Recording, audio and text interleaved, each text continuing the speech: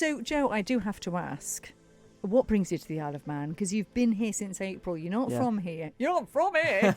So I don't mean that in a. I'm not trying to get rid of you. I'm a newcomer. You're a newcomer. So what brought you to the Isle of Man? I just wanted to try island life for a while.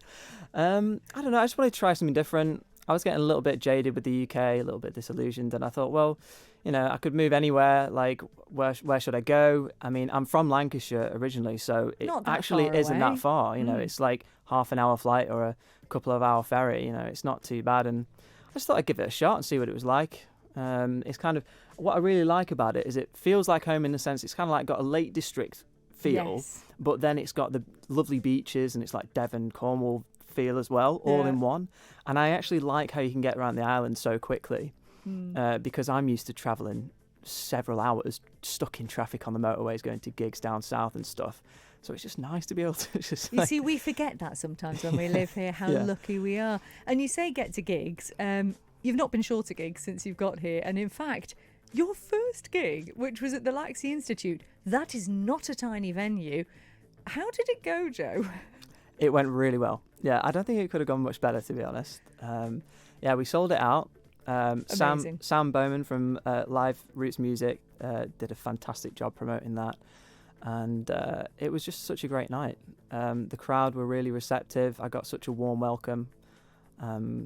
I couldn't have asked for it to go any better. That is brilliant when you think, you'd only just moved here. People didn't yet quite know you, So some people may have heard of your music, but I'm in the shock. idea that you can sell out the Institute, It's so incredible. I think we have welcomed you quite obviously with open I feel very arms. welcome and very loved. Because I think there's definitely an appreciation over here, which you've now experienced for real music. Absolutely. Original music is supported, singer-songwriters very much supported. So, I think hopefully it'll feel like sort of like a home from home for you here. For sure. I'm just really surprised, like, the strength of the music scene here. It's thriving, It's just so nice. Yeah. Everyone's, like, still wanting to go out and be part of it, and it's, like, feels like a real community.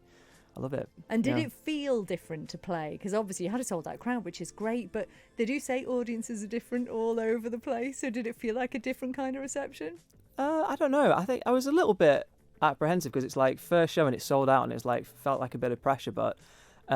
I quite enjoyed it because it gave me a blank, like a clean slate to write a set list.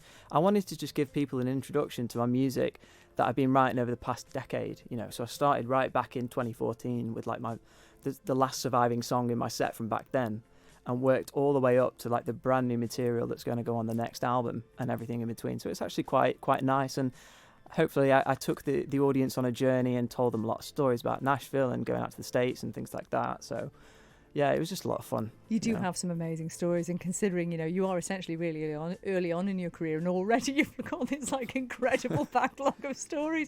And obviously we've been talking about the fact that you're more in the sort of folk country scene, I suppose, really with your style. Where did that come from? You mentioned that, Dad's a musician, has played. So where did your sort of love of all this music come from? Was it through that?